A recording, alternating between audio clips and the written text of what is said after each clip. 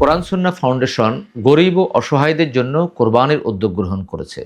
বাংলাদেশে দরিদ্রপীড়িত এমনও এলাকা রয়েছে যারা নিজেরা কোরবানি করতে পারে না, এমনকি সামর্থ্যবানদের কোরবানির গোশত সেখানে পৌঁছায় না।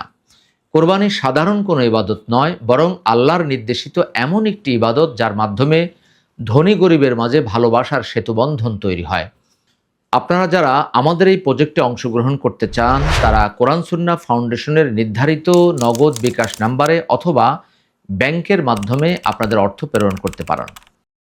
এছাড়া আমরা কোথায় কোরবানি করব এবং কিভাবে বিতরণ করব এর যাবতীয় ফিডব্যাক আপনাদেরকে জানিয়ে দেওয়া হবে ইনশাআল্লাহ।